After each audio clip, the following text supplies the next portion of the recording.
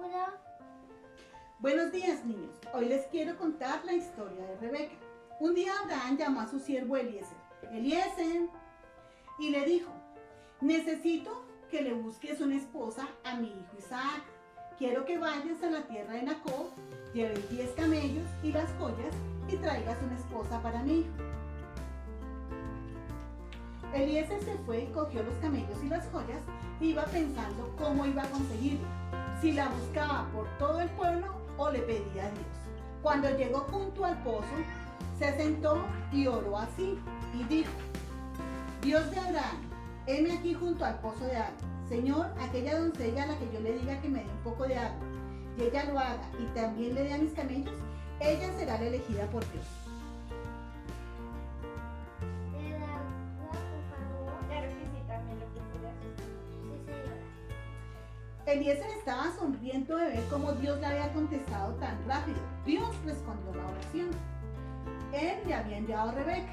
Entonces él le contó a Rebeca que él venía de la parte de Abraham para conseguir esposa para su hijo Isaac, que si ella quería hacer. Y Rebeca aceptó. Y los dos partieron para la tierra de Abraham. Por el camino, Eliezer le iba contando a Rebeca quién era Isaac, qué hacía, cómo era, y estaban tan emocionados cuando ya iban llegando a la tierra de Abraham. Se encontraron con Isaac, se miraron a los ojos y fue amor a primera vista. Esta historia hermosa es igual a lo que vivimos hoy. Nuestro Padre Dios está buscando una novia para su Hijo Jesús y envió a los pastores para que ellos busquen a la novia y la preparen para la llegada del reino y para las bodas del Cordero.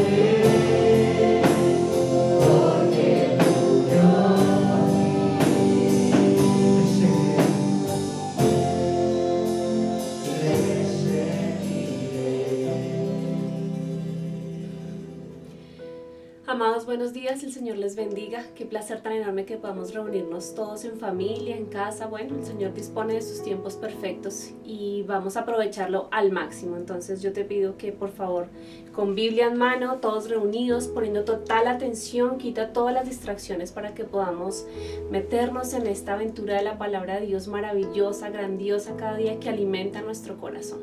Y mientras tanto vamos a empezar orando. Padre de la gloria, te damos gracias, bendito Salvador, por este día maravilloso, porque tú eres nuestra salud, nuestra vida, nuestro propósito, Señor. Te pedimos perdón por todos nuestros pecados, lávanos y límpianos de toda maldad, de todo lo que hayamos hecho, dicho, Señor, o dejado de hacer que era importante hacer. Perdónanos toda desobediencia, Señor, toda altanería, orgullo o altivez, Señor, toda mala palabra, mal pensamiento, Señor, o motivación de nuestro corazón. Purifícanos hoy, Señor.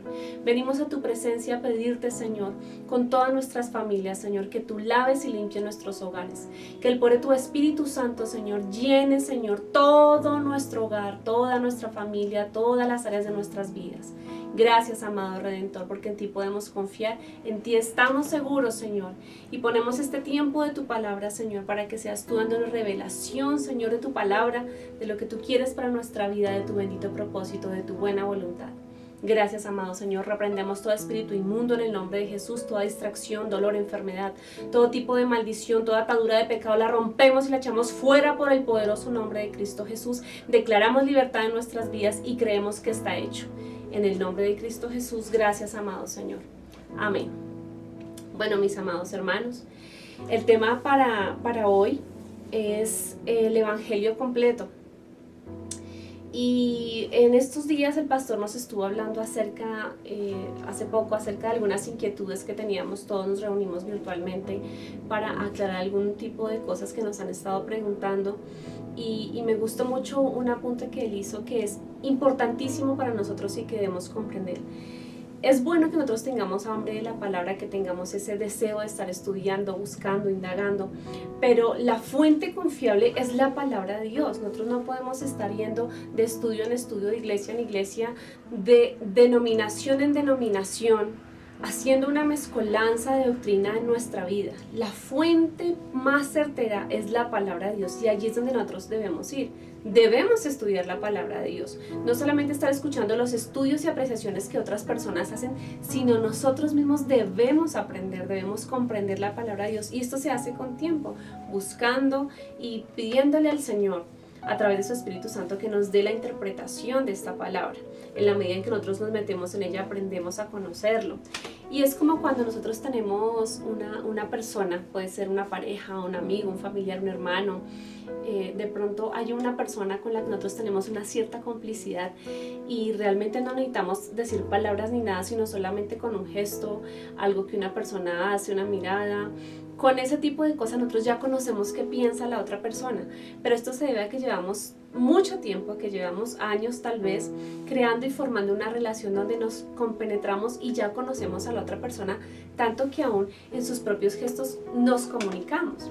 Entonces esto es lo que debemos hacer con nuestro Señor, comunicarnos, pasar tiempo con Él en su palabra, en la presencia de Él, y aprender a que Él nos muestre y nos revele su palabra. Claro que ella misma tiene unos códigos de interpretación y eso quiero que nosotros hablemos hoy, porque es muy importante que nosotros estemos estudiando su palabra y podamos comprenderla claramente. Nosotros debemos pasar ese tiempo de nivel de intimidad con Dios, y no debe ser un tiempo mínimo, debe ser un tiempo amplio. Nosotros tenemos 24 horas en nuestro día que debemos repartir de la mejor manera que nos parezca, pero siempre teniendo como primer lugar a nuestro Señor. Ahora bien, haciendo referencia al título de la enseñanza, el Evangelio completo, Dios nos dejó su manual instructivo, el Evangelio, la palabra de Dios, este testigo escrito de la era humana desde sus inicios hasta el final. Tenemos desde Génesis hasta el Apocalipsis, y de la propiedad y participación de su creador. Dios está desde antes de la creación hasta el final de los tiempos y la eternidad. Él está presente en todo porque nosotros somos de Él, y nos muestra allí fiel y amoroso, ilustrándonos e iluminándonos y educándonos acerca de nuestro propósito en este mundo. Es muy triste ver las personas que no saben ni de dónde vienen ni para dónde van. Y estos fuimos muchos de nosotros antes de conocer a nuestro Señor Jesucristo, pero ahora tenemos la oportunidad de conocerlo y sabemos que Dios es bueno para con nosotros, para que nosotros podamos disfrutar de todas las grandiosas maravillas que Él tiene para compartir con nosotros. Y en este sentido, la Biblia nos expresa que la palabra de Dios es rica y permanece desde la eternidad y hasta la eternidad. El mismo Señor Jesucristo dijo, cielo y tierra pasarán, pero mi palabra no pasará. Entonces podemos estar confiados en que lo que nosotros vamos a indagar en la palabra de Dios es la verdad de Dios, es el registro que Dios nos dejó para que nosotros podamos ir y buscar cualquier inquietud, cualquier duda que nosotros tengamos. Pero teniendo este tesoro tan grande, de ninguna forma podemos tenerlo como menospreciado, y menos entregarnos a disipación con este tesoro tan grande como que yo lo veo cuando yo pueda, cuando yo quiera o cuando de verdad tenga una urgencia.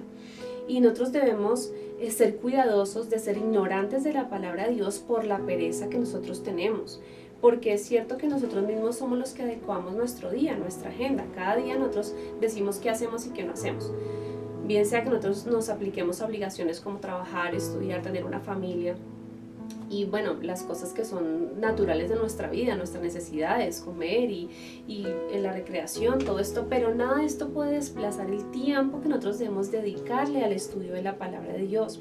Y nosotros, cuando vamos delante del Señor con un corazón, no importa qué condición tenga este corazón, o me refiero a esta persona, si es una condición alta, sublime, o es una condición baja, mínima, pobre, rico, no importa el color que nosotros tengamos, nosotros debemos ir con arrepentimiento y reconocer que necesitamos ser instruidos de la palabra de Dios. Por más conocimiento que nosotros tengamos de la vida, del mundo, conocer la palabra de Dios es pasar tiempo en el conocer y venir a la lectura de la palabra de Dios, tener tiempo de oración y de comunión con el Espíritu Santo. Es como toda esta enseñanza que Dios tiene para nosotros va a venir no solamente a nuestra mente, a inflarnos, a hacernos que nosotros tengamos orgullo en nuestro corazón de todo lo que conocemos, sino que va a venir a ser aplicado, porque va a bajar como revelación a nuestro corazón, allí podemos aplicarlo. Entonces, vamos a mirar por favor una cita donde quiero que nosotros podamos ver como un ejemplo. En Mateo capítulo 22, versículo 35, vamos a mirar. Y uno de ellos, intérprete de la ley, preguntó por tentarle, diciendo, Maestro, ¿cuál es el gran mandamiento en la ley? Jesús le dijo, amarás al Señor tu Dios con todo tu corazón y con toda tu alma y con toda tu mente. Este es el primero y grande mandamiento.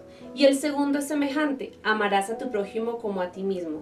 De estos dos mandamientos dependen toda la ley y los profetas. Entonces aquí el Señor hizo como un resumen y nos dio el centro del corazón de su palabra, el amor. Primero el amor a Dios, que es como la señal de la cruz, el amor a Dios, y luego el amor a nuestros semejantes. Entonces de allí, de esta ley, de este código que tiene la palabra de Dios, donde Él resume todo lo que es el Evangelio, vamos a mirar algunos textos, algunos ejemplos para que nosotros podamos estudiar y analizar. Y quiero hablarles más o menos 5 códigos, 5 preceptos, y luego nos vamos a ir con un ejemplo de cómo aplicarlo. Entonces, el primero es toda la ley del Señor, la acabamos de ver aquí, el Señor Jesucristo la dice, es el amor a Dios como primera medida y el amor a nuestros semejantes. Entonces este es uno. Y miren que esta pregunta se la hizo una persona que era estudiada de la ley, una de las personas que podía tener orgullo de su conocimiento, y lo hizo para tentarle, pero el Señor resumió allí todo y contestó de la manera correcta.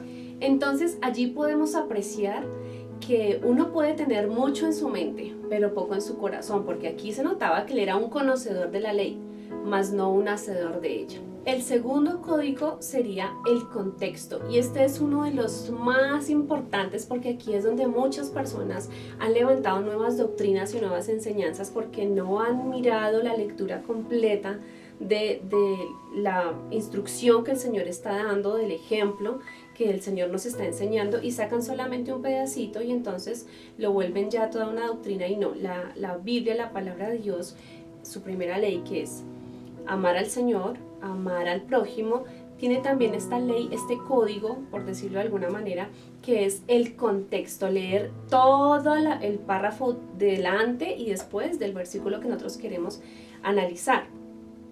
Un tercer código sería la dispensación histórica. Esta dispensación histórica, ya la habíamos comentado, viene desde el principio de los tiempos antes de la creación, fructificada y multiplicados. Recuerden que allí nuestros principales personajes son Adán y Eva, donde el Señor creó al hombre y él lo hace como Él quiera porque Él es Dios. Nosotros no podemos venir y cuestionar a Dios de por qué hace las cosas de esta manera. Si nosotros miramos la creación, Dios Dios le dijo a la hierba que brotara de la tierra. Pero no fue así con el hombre. Del hombre tomó barro, lo formó y sopló sobre él. Pero no hizo así a la mujer, porque Él hace como Él quiere. Él es Dios creador, Él puede hacer las cosas como Él quiera. Él la formó de un hueso del hombre, de la costilla del hombre.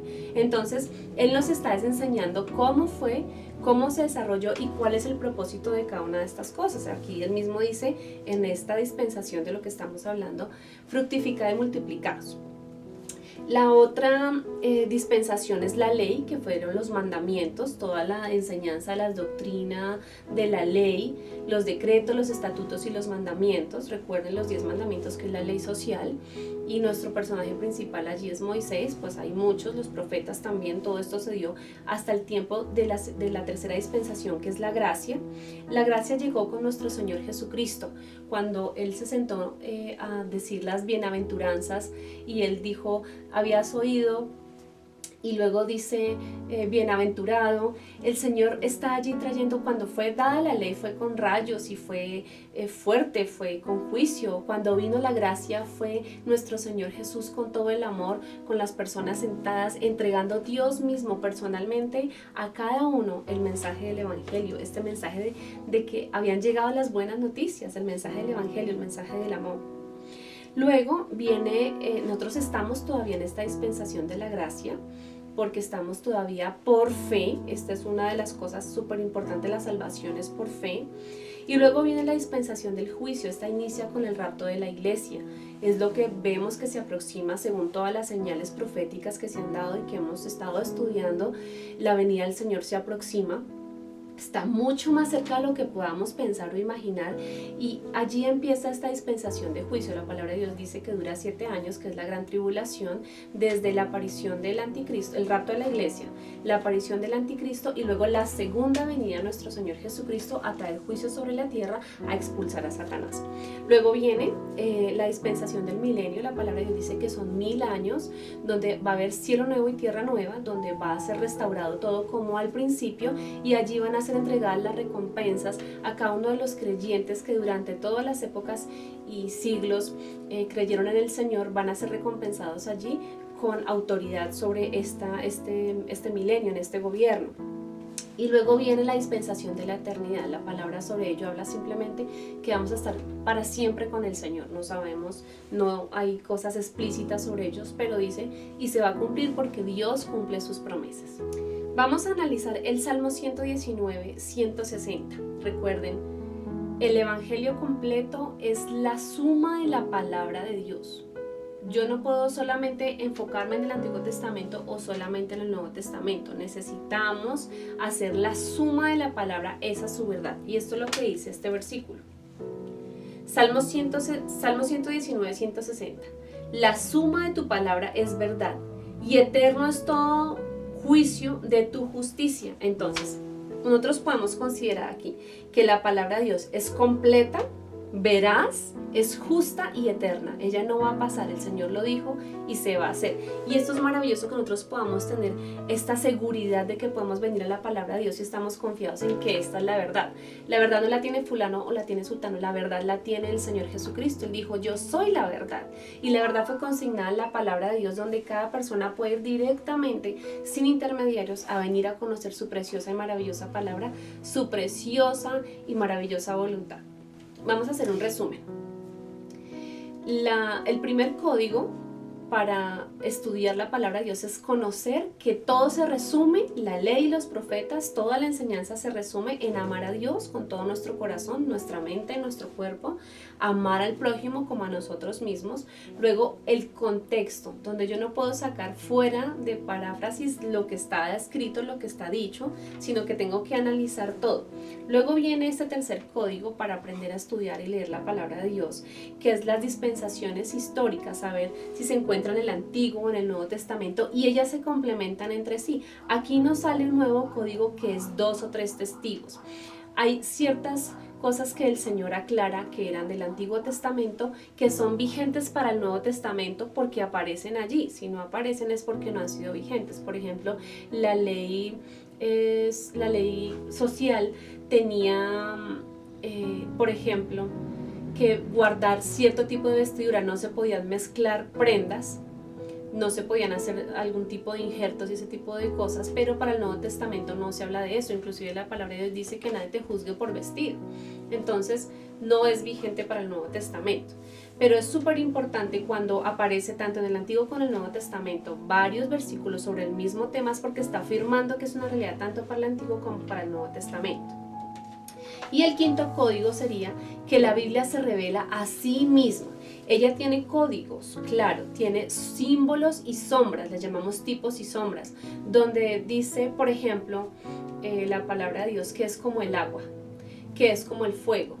Dice también que el agua también significa muchedumbres, y este tipo de ejemplos lo vemos mucho en Apocalipsis, en los libros proféticos, Daniel, Jeremías, Ezequiel, donde habla de simbologías, donde habla por ejemplo de los olivos, pero ella misma explica qué significan esos símbolos. Entonces no es una interpretación que yo pueda darle, sino que la misma palabra de Dios interpreta esos símbolos. Entonces ya con esto en mente vamos a iniciar con nuestro ejemplo, y me gusta mucho este tema porque a veces hay desequilibrio. Yo creo que casi siempre toco este tema cuando estoy enseñando acerca del desequilibrio de la palabra de Dios, y quiero que miremos por favor un texto en Isaías 30:21.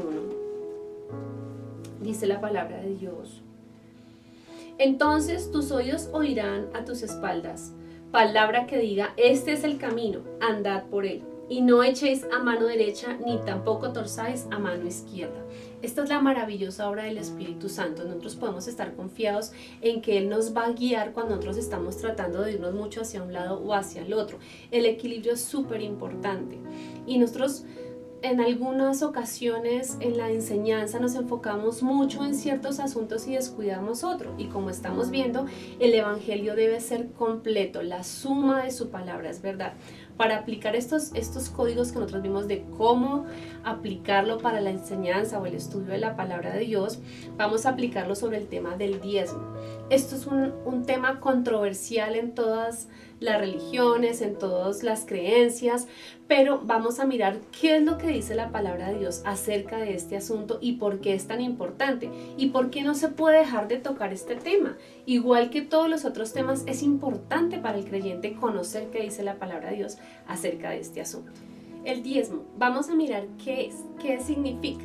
De un 100% sacar el 10%, pero esta idea de dónde salió, esto a quién se le ocurrió, sigue o no vigente. Vamos a mirar qué registra la palabra de Dios acerca de este asunto, y vamos a irnos a nuestra primera cita en Génesis 14:17.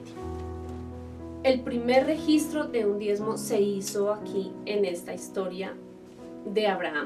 Él venía de salvar a su sobrino Lot de una invasión que habían hecho unos reyes que se habían puesto en contra de otros, y él fue con sus siervos, sus criados, y los salvó. Y viene de esta batalla, la cual él ganó porque recuperó a Lot y recuperó todos sus bienes. Vamos a mirar del versículo 17. Melquisedec bendice a Abraham. Cuando volvía de la derrota de Kedorlaomer y de los reyes con él estaban, salió el rey de Sodoma a recibirlo del valle de Sabe, que es el valle del rey.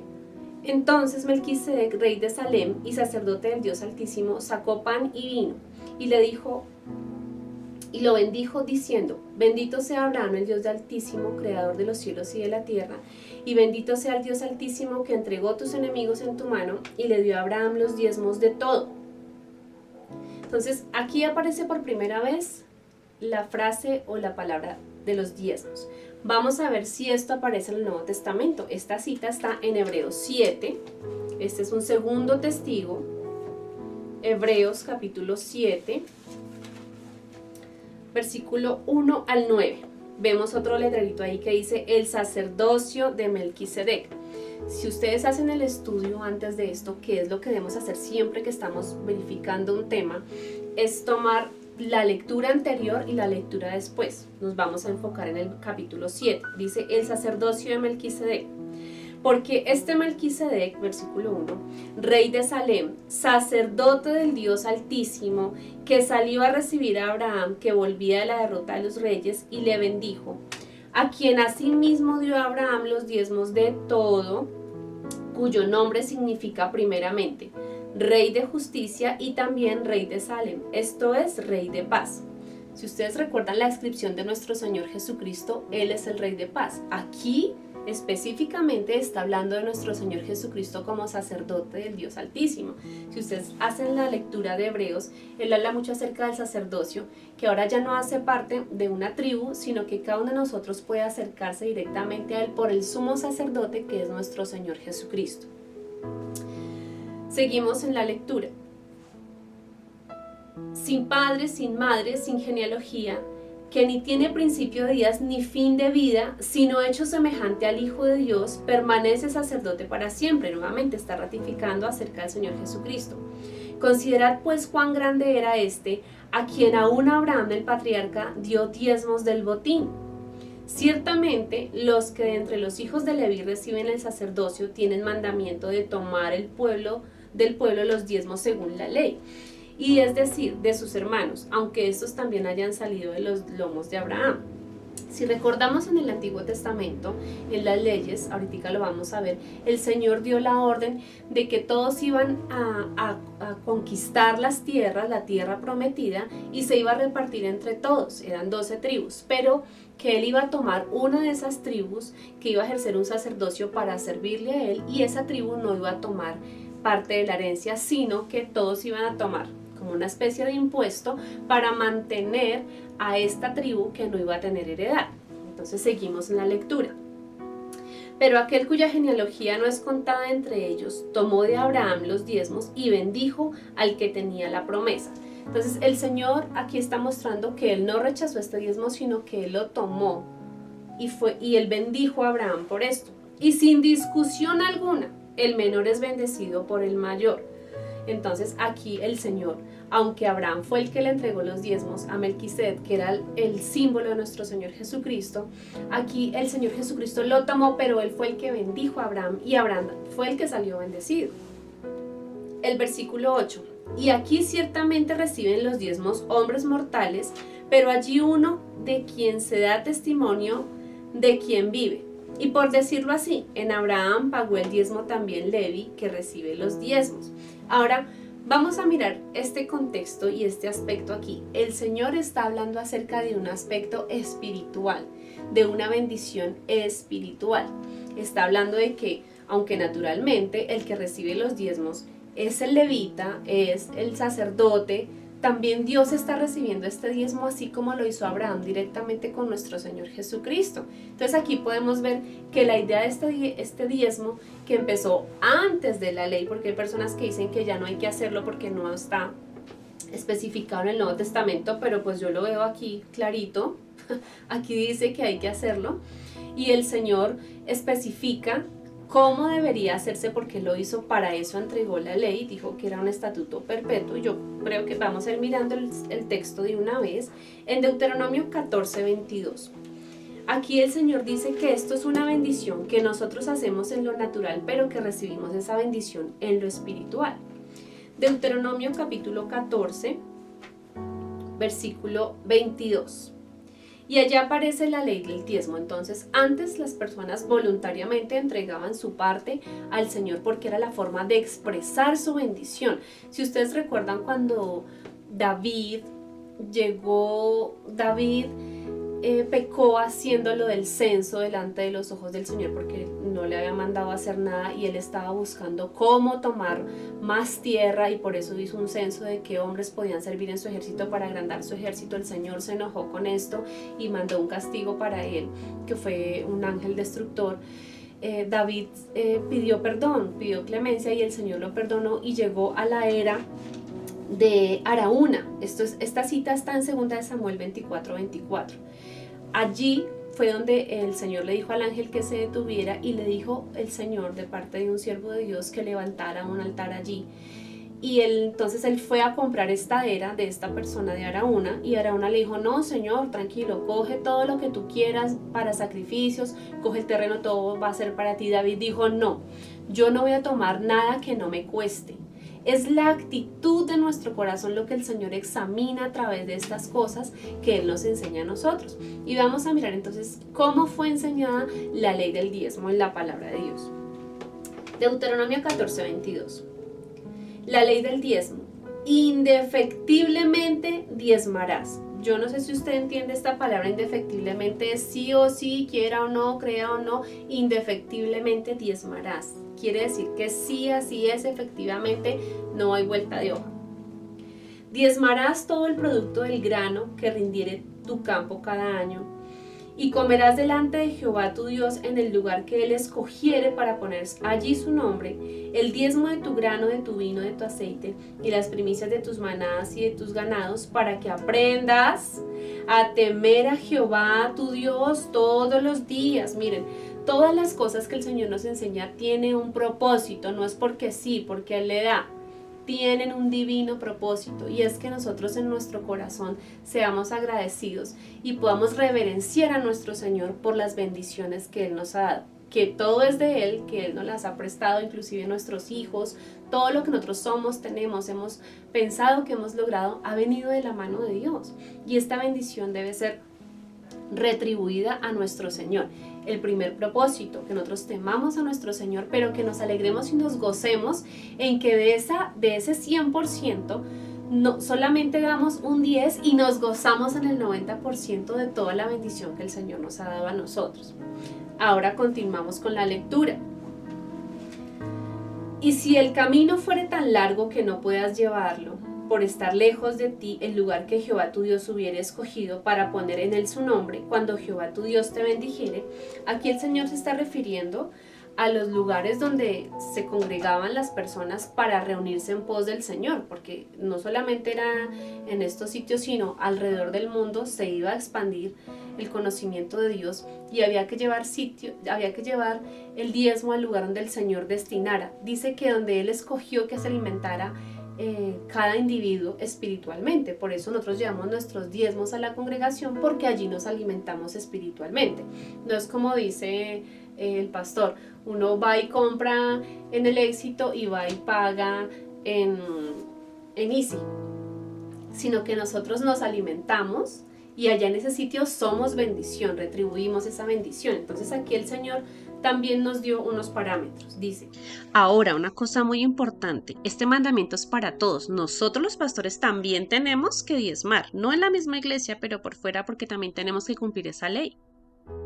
Y si el camino fuera tan largo, bueno, el 25, entonces lo venderás y guardarás el dinero en tu mano, y vendrás al lugar que Jehová tu Dios escogiere, y darás el dinero por todo lo que deseas, por vacas, ovejas, vino, sidra, por cualquier cosa que tú deseares, y comerás allí delante de Jehová tu Dios, y te alegrarás tú y tu familia. Miren que aquí el Señor está hablando de que esto es una libre actitud. Esto es un deseo que nosotros tenemos de bendecir la obra de Dios, el lugar que Dios escogió para que nosotros nos alimentemos, y que nosotros podemos hacerlo alegre nosotros y nuestra familia, que no es algo como que tenga que ser impuesto y que tengamos que ser dominados por esto, sino que un creyente, un verdadero creyente, lo hace con todo el corazón porque sabe qué propósito tiene. Sigamos leyendo. Y no desampararás al levita que habitare en tus poblaciones, porque no tiene parte ni heredad contigo. Ustedes saben que las personas que se dedican de tiempo completo al evangelio no se dedican a trabajar en otra cosa, no hacen otro tipo de negocios, porque están dedicados a vivir de lo que la gente, el pueblo, quiera darles. Yo no creo que esto sea algo que quiera hacer todo el mundo, pero es un llamado que no se puede negar. Es algo que Dios ha sembrado en nuestros corazones y que nosotros vivimos de fe confiando que Dios nos va a bendecir. ¿Y Dios qué utiliza? Pues a las personas, al pueblo que es ministrado para que se devuelva ese bien. Por eso lo está explicando acá. Seguimos. Al fin de cada 3 años sacarás todo el diezmo de tus productos de aquel año y lo guardarás en tus ciudades. Vendrá el levita que no tiene parte ni heredad contigo, y el extranjero, el huérfano y la viuda que hubiere en tus poblaciones, y comerán y serán saciados, para que Jehová tu Dios te bendiga en toda obra que tus manos hicieren. Miren esto tan maravilloso. Esto es para bendecir no solamente al levita que trabaja y que se merece su sueldo, sino que es para bendecir a las mismas personas de la congregación que tienen necesidad, a las mismas personas de nuestra sociedad en las que se le puede ayudar, porque para eso es la congregación, para que nosotros nos apoyemos y nos ayudemos unos a otros. Entonces vemos que el Señor aquí mantiene esto vigente porque hasta el día de hoy sigue habiendo un sacerdocio levita. Son aquellas personas que Dios escoge para el ministerio de tiempo completo. Póngale el nombre que usted quiera, pastor, evangelista, maestro, apóstol. Son estas personas que se dedican de tiempo completo a estudiar la palabra de Dios, a llevar el mensaje de Dios, y se dedican solamente y viven solamente para esto. Ahora bien, en Mateo 23:23, el Señor Jesús confirmó este mandamiento. Estamos viendo el primer testigo en el Antiguo Testamento, ahora el segundo testigo en el Nuevo Testamento. Mateo 23:23 dice: «Ay de vosotros, escribas y fariseos, hipócritas, porque diezmáis la menta, el eneldo y el comino, y dejáis lo más importante de la ley, la justicia, la misericordia y la fe. Esto era necesario hacer sin dejar de hacer aquello». Entonces estamos claros que sigue vigente para el Nuevo Testamento, pero que Dios, por encima de que nosotros podamos comprarlo con un diezmo o una ofrenda, Él va a ver el corazón con el que nosotros hacemos nuestra semilla, con los que sembramos. La palabra de Dios nos enseña que es más bienaventurado dar que recibir, que el mismo Señor Jesucristo lo dijo. Hay más alegría en dar que en recibir, pero tiene que ver con el corazón con el que tú lo haces, porque allí también va a estar la recompensa. Entonces es importante que nosotros estudiemos todo el Evangelio, todo lo que trae la palabra de Dios, y por eso les decía, no hay temor en que nosotros enseñemos acerca del diezmo, porque nosotros queremos ser bendecidos. Nosotros queremos conocer cuál es la clave de la bendición, y el Señor en la ley estipuló que todo lo que nosotros hiciéramos con buena motivación, con buena actitud en nuestro corazón, sembrando, íbamos a cosechar. Dios no puede ser burlado. Todo lo que el hombre sembrare, eso también cosechará. Está hablando acerca de la corrupción, pero por supuesto que es una ley que se aplica a todos los aspectos de nuestra vida. Nosotros lo que sembramos en buena gana, vamos a cosechar abundantemente en bendición.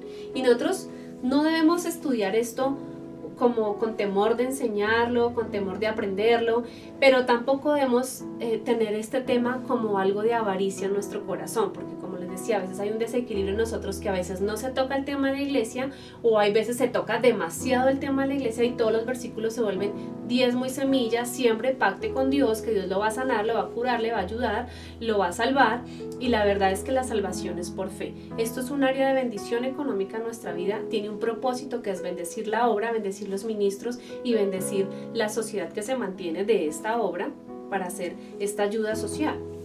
Y no importa que haya ministerios o ministros asalariados con codicia manejen mal las finanzas, de todas formas nosotros le vamos a dar cuentas a nuestro Señor de todo lo que nosotros hacemos, nosotros vamos a hacerlo bien. Pero lo más importante es la motivación. Recuerden, Abraham diezmó antes de la ley. Fue su motivación, el agradecimiento de haber llegado con la bendición, de haber ganado eso, que por eso le ofreció esos diezmos al Señor. Y miren, nosotros gastamos lo que queremos como queremos, y yo creo que hay libertad en eso. Por eso el Señor nos deja un 90% de nuestra ganancia para que nosotros dispongamos de ello. Claro, uno debe ser sabio y ser buen administrador, de pagar uno primero sus responsabilidades, tener seguro donde uno va a vivir, los servicios, las cosas que uno tiene que pagar y todo, pero Dios a uno lo bendice no solamente con el bien de nuestro trabajo, sino que hace que todas las cosas salgan bien, o llegan bendiciones como cosas en el correo, dinero, de pronto una promoción, que tuvimos un ascenso, nos hacen descuentos, no se nos dañan las cosas, nos duran mucho. Esta bendición viene de parte de Dios. Esto no es algo que sea una maravilla, que nosotros chasquemos los dedos y ya se cumpla todo. Es la mano de Dios viendo a nosotros cómo podemos bendecir a otros. Y de pronto hay personas que se gastan su dinero en comprar ropa de marca, ropa costosa. Para ellos esa es su delicia, o de pronto salir a comer a lugares muy elegantes y finos. De otras personas les gusta gastárselo en cosas recreativas, y pues yo creo que hay libertad en que cada quien gaste las cosas como quiera, pero qué maravilloso que nosotros podamos también pensar en la inversión de la obra de Dios. Y con esto quiero también que ustedes vean algunas imágenes para que pensemos en lo bueno que ha sido Dios con nuestra iglesia, el Santo de Israel, cómo ha crecido y cómo seguirá creciendo.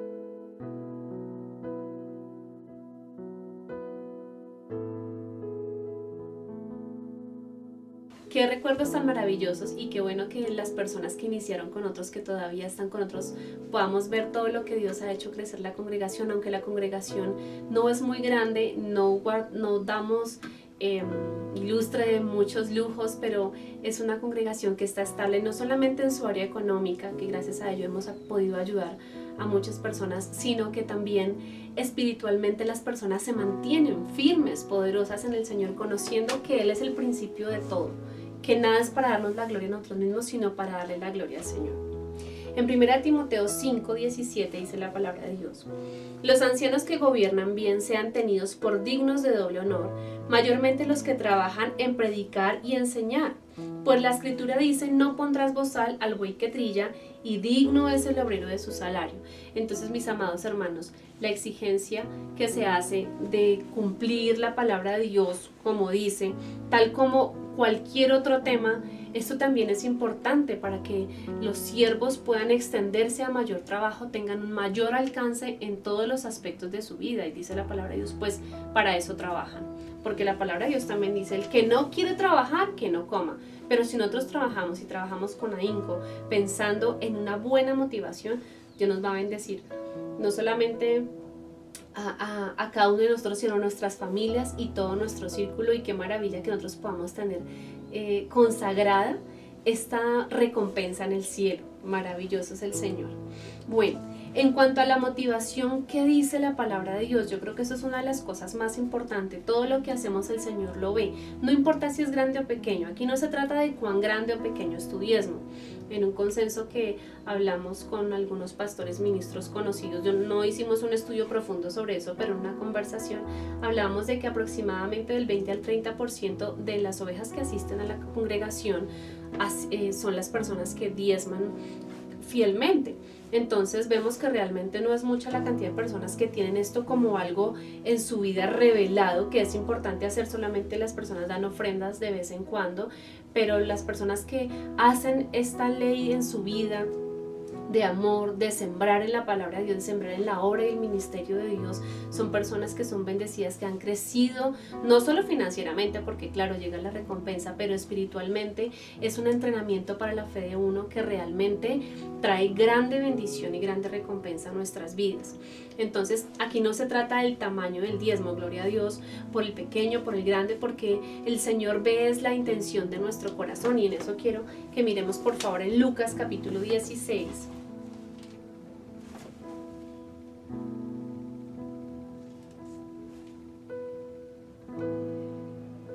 Versículo 1 al 15. Dijo también a sus discípulos: había un hombre rico que tenía un mayordomo, y este fue acusado ante él como disipador de sus bienes. Entonces le llamó y le dijo: ¿qué es esto que oigo acerca de ti? Da cuenta de tu mayordomía, porque ya no podrás ser más mayordomo. Yo sé que este capítulo, para los que estudiamos la palabra de Dios, al principio es como un choque de pensamientos, pero recuerden que hay un código para que nosotros podamos interpretar, y es el contexto. No podemos solamente leer un pedacito, tenemos que leerlo todo y saber de qué está tratando el tema. Entonces, a continuación: entonces el mayordomo dijo para sí: ¿qué haré? Porque mi amo me quita la mayordomía. Cavar no puedo, mendigar me da vergüenza. Ya sé lo que haré. para que cuando se me quite de la mayordomía me reciban en sus casas. Y llamando a cada uno de los deudores de su amo, dijo al primero: ¿cuánto debes a mi amo? Y él dijo: 100 barriles de aceite. Y le dijo: toma tu cuenta, siéntate pronto y escribe tú 50. Después dijo otro: ¿y tú cuánto debes? Él dijo: 100 medidas de trigo. Él le dijo: toma tu cuenta y escribe 80. Y alabó el amo al mayordomo malo por haber hecho sagazmente, porque los hijos de este siglo son más sagaces en el trato con sus semejantes que los hijos de luz. Si nosotros leemos hasta ahí, entonces muchos de nosotros vamos a decir: ah, no, hagamos trampas porque el Señor dice que alaba al que hace las trampas. Tenemos que mirar el contexto de lo que está hablando para poder entender qué es lo que Dios está diciendo acá. El versículo 9. Y yo os digo, ganad amigos por medio de las riquezas injustas, para que cuando éstas falten os reciban en las moradas eternas.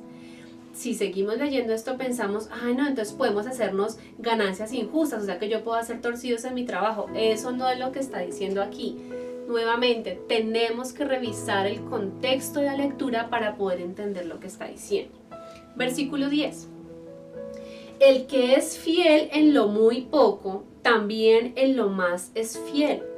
Y el que en lo muy poco es injusto, también en lo más es injusto. Pues si las riquezas injustas no fuisteis fieles, ¿quién os confiará lo verdadero? Miren que aquí el Señor nos está explicando que se trata de la motivación de la fidelidad. Y que nosotros, trabajando o en las cosas que nosotros consideramos aquí en la tierra, las cosas terrenales, aparte de las cosas espirituales, si no somos fieles en estas cosas que no son propias, que aquí mismo lo vamos a leer, tampoco se nos darán las espirituales, las eternas. Dice el 12, y si en lo ajeno no fuisteis fieles, ¿quién os dará lo que es vuestro, lo propio? ¿Quién os confiará a vosotros lo verdadero? Si nosotros no somos justos con las cosas que Dios nos da. Entonces, nosotros no podemos diezmar de lo que no tenemos. Nosotros podemos decir: ay, pero es que yo no diezmo porque yo no tengo. Siempre nosotros tenemos, así sea poquito. Aquí el Señor no está diciendo tienes que dar una cantidad exacta o si no, no sirve. Está diciendo que en lo que tienes, en eso debes ser fiel. En lo que se te ha confiado, en lo que se te ha entregado, en eso debes ser fiel. Ahora, si nosotros miramos todas las ganancias y todo lo que nosotros tenemos aquí en esta tierra, la palabra de Dios dice que para qué pones tu esperanza en esas riquezas si le salen como alas. Si un día están y al otro día ya no, se esfuman como la niebla, como el rocío de la mañana.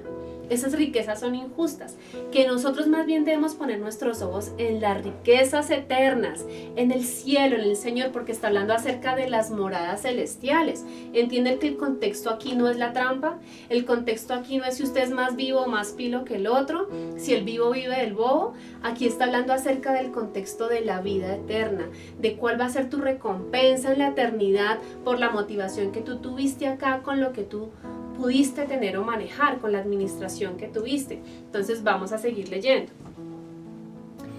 El versículo 13. Ningún siervo puede servir a dos señores, porque o aborrecerá al uno y amará al otro, o estimará al uno y menospreciará al otro.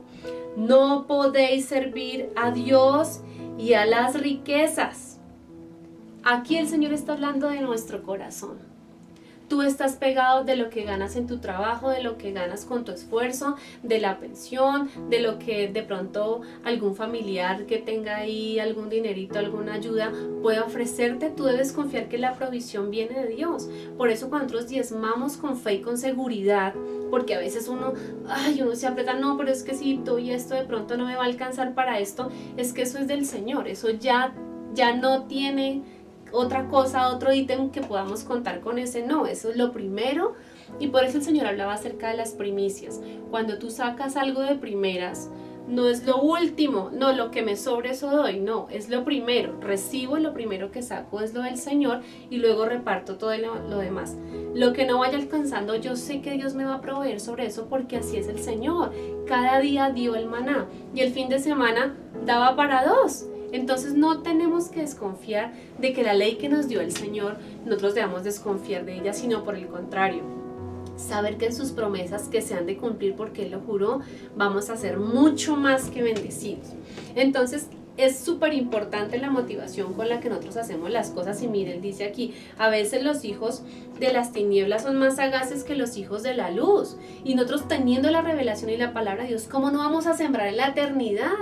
Conociendo que no solamente aquí vamos a recibir la palabra, dice que hasta 100 veces, sino en la vida eterna, allá donde ni el orín ni la polilla corrompen, sino que va a ser fructífera esa recompensa que vamos a tener en el cielo. Maravilloso.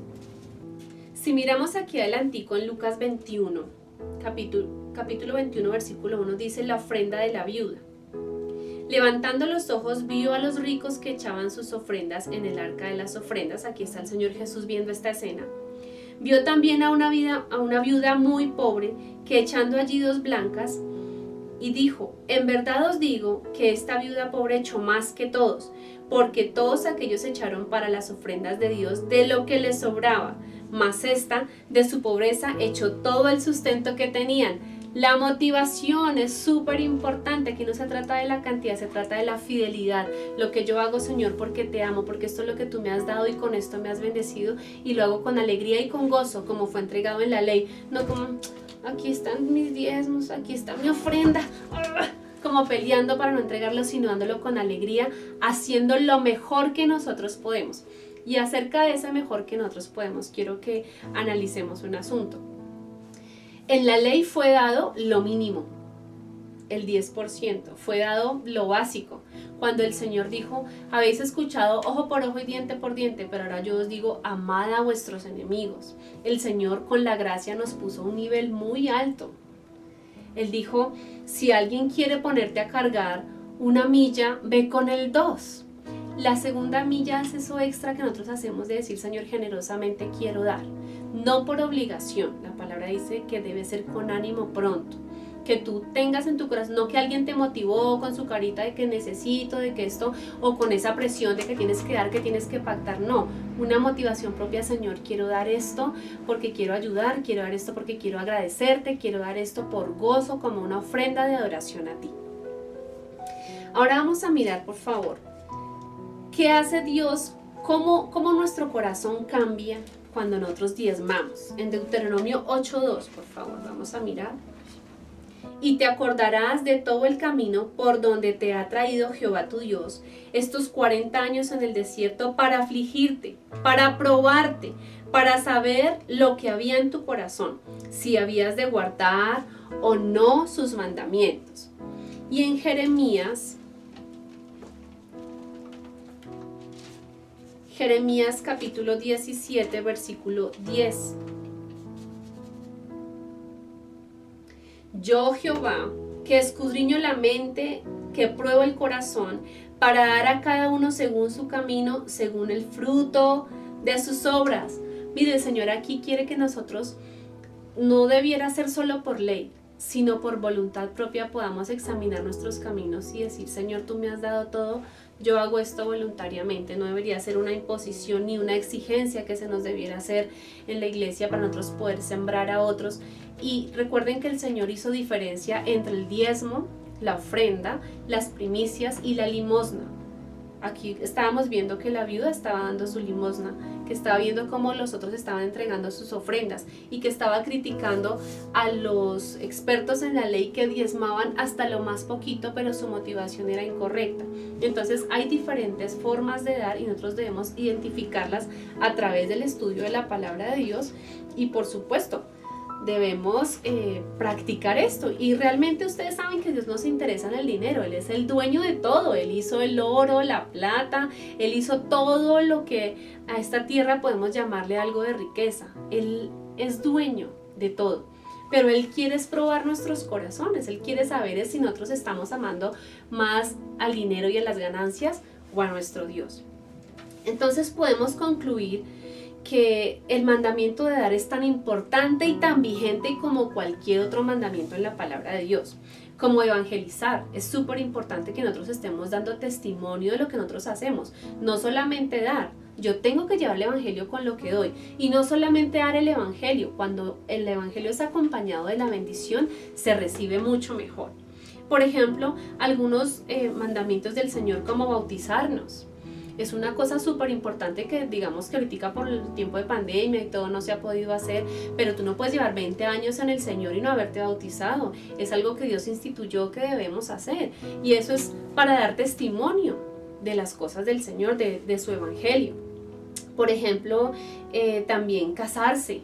Es súper importante que nosotros dejemos las cosas del mundo y el yugo desigual. Esto es un área que hay congregaciones donde la gente no sabe qué significa yugo desigual, y que esto para el Señor es una cosa terrible. Él dice que nosotros no debemos andar en sociedades ni en relaciones íntimas con personas que no son creyentes, que no quiere decir que las tengamos como enemigos, ni que seamos arribistas, ni que no tengamos relación con las personas, pero la relación íntima en la comunión no se puede hacer con personas que no son creyentes. ¿Por qué? Porque ellos van a jalar nuestro corazón otra vez a las cosas del mundo. Como les decía, si no nos hemos bautizado es porque de pronto hay amor del mundo en nuestro corazón todavía, y el Señor dice: no ames al mundo ni las cosas que hay en el mundo. Entonces debemos ser radicales en nuestras decisiones. Por ejemplo, perdonar y santificarnos. Es súper importante esta enseñanza en nuestra vida. Nosotros debemos coger la palabra de Dios y buscar qué habla el Señor sobre esto y hacerlo efectivo en nuestra vida.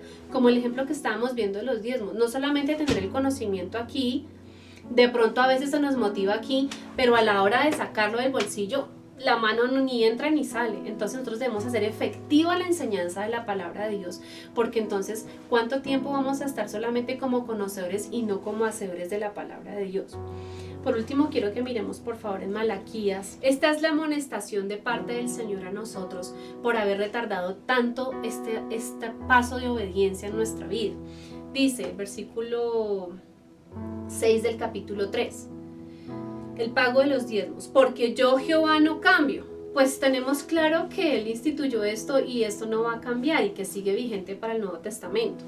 Por esto, hijos de Jacob, no habéis sido consumidos. Aquí está hablando a los creyentes, a los verdaderos cristianos, a aquellos que han comprometido su vida con el Señor. Tú no puedes llegar a una persona a evangelizarla diciendo: bueno, hermanito, lo primero que usted tiene que hacer es diezmar. No, lo primero que tiene que hacer es entregar su vida. Recuerde, Dios no está tan interesado en su dinero como en su corazón. Pero cuando usted es un creyente, usted con su dinero muestra qué hay en su corazón. Versículo 7. Desde los días de vuestros padres os habéis apartado de mis leyes, y no las guardasteis. Volveos a mí, y yo me volveré a vosotros, ha dicho Jehová de los ejércitos. Mas dijisteis: ¿pero en qué hemos de volvernos? Si yo voy a la iglesia, yo evangelizo, yo soy juicioso, yo no hago nada. El Señor en el versículo 8 nos responde: ¿robará el hombre a Dios? Pues vosotros me habéis robado. Y dijisteis: ¿en qué te hemos robado? En vuestros diezmos y ofrendas. Vea que hace la diferencia. Malditos sois con maldición, porque vosotros, la nación toda, me habéis robado. Traed los diezmos al alfolí, y haya alimento en mi casa, en la congregación haya la provisión. Y probadme, hermanos, esto es para subrayar lo grande. ¿Dónde más el Señor dice probadme? Solamente aquí. Y probadme ahora en esto, dice Jehová de los ejércitos: si no, abriré las ventanas de los cielos y derramaré sobre vosotros bendición hasta que sobreabunde, hasta que se riegue, derrame, pueda compartir, que no tenga que pedir prestado, sino que usted pueda ser el que presta. El versículo 11, reprenderé también por vosotros al devorador, y no os destruirá el fruto de la tierra, ni vuestra vida en el campo será estéril, dice Jehová de los ejércitos. Y las naciones os dirán: bienaventurados, porque seréis tierra deseable, dice Jehová de los ejércitos. Mis amados, recordemos, esto es para probar nuestro corazón. Esto es para que nosotros le mostremos a Dios que no lo amamos solamente de palabra, sino de hecho. Y pues quiero dejarles de tarea que ustedes puedan estudiar y examinar 1 Corintios 9, específicamente, pues todo el capítulo, pero específicamente el versículo 11, donde el apóstol está allí diciendo: es mucho cegar. Ustedes están aprendiendo lo espiritual, cegar lo material, pues para eso estamos trabajando. Y 2 Corintios capítulo 8, todo el capítulo 8, especialmente el versículo 21, que dice que nosotros procuramos hacer todas las cosas delante de Dios y delante de los hombres bien hechas. Entonces, si nosotros estudiamos y hacemos todo esto, no vamos a tener temor: ay, pero si yo doy, ¿qué irán a hacer con esto? No, ya me toca preguntar, que me pasen la lista. No, mejor yo lo compro y yo lo hago. No, la palabra de Dios no dice que tú debas administrarlo, dice que tú debes darle a la persona que te pide. No dice: si alguien viene a darte una limosna, niégasela y golpéale tú la cara. Dice: no, si alguien viene a pedirte la camisa, dale también la capa. O sea, sé generoso, ten esa voluntad y esa motivación del corazón de ser generoso, porque así es nuestro Dios. ¿Cómo nos ha dado? En abundancia. Y Él que quiere que nosotros hagamos, que también podamos sembrar en abundancia. Y este sembrar en abundancia, mis amados, pues los dejo con estas últimas imágenes que realmente llenan nuestro corazón de alegría y de gozo de cómo hemos podido cumplir la palabra de Dios, la visión y la misión de la congregación, que aunque nosotros no estamos a distancia, no estamos allá, hemos podido llegar hasta lo último de la tierra a través de nuestros diezmos y ofrendas, bendiciendo a una tierra que es fructífera, que es una tierra buena, es una tierra donde podremos sembrar esta semilla, nuestros diezmos y ofrendas con todo el amor, sabiendo que va a tener un gran fruto. Mis amados, les dejo estas imágenes. Gracias por toda la colaboración que hemos podido hacer y que seguiremos haciendo hasta que el Señor nos permita. El Señor los bendiga y a practicar la palabra de Dios. Un abrazo para todos. Bendiciones. Hola, Iglesia Santo de Israel. Esto es la familia Treehouse en Ugunya.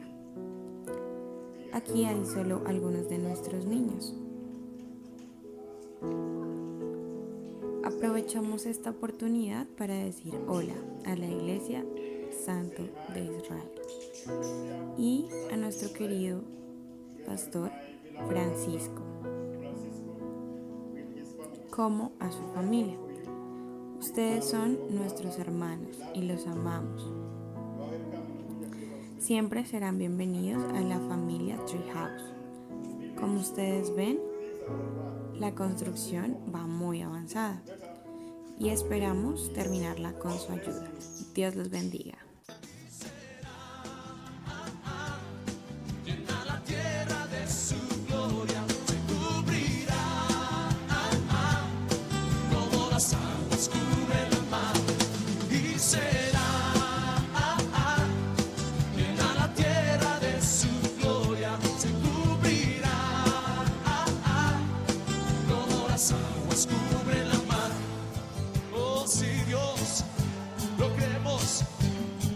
Te voltees con la persona que está junto a ti y en este momento le digas: alza tus ojos y está lista.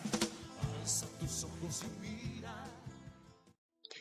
Si quieres ponerte en paz con Dios, te invitamos a que hagas esta oración con todo tu corazón. Señor Jesucristo, confieso que soy pecador. Perdóname y límpiame con tu santa sangre. Estoy arrepentido y te reconozco como mi único Salvador. Entra en mi corazón. Te entrego el control de mi vida. Toma mis problemas y mis enfermedades y rompe toda clase de maldiciones. Renuncio a Satanás y a sus obras. Prospérame económica, emocional, sentimental y espiritualmente.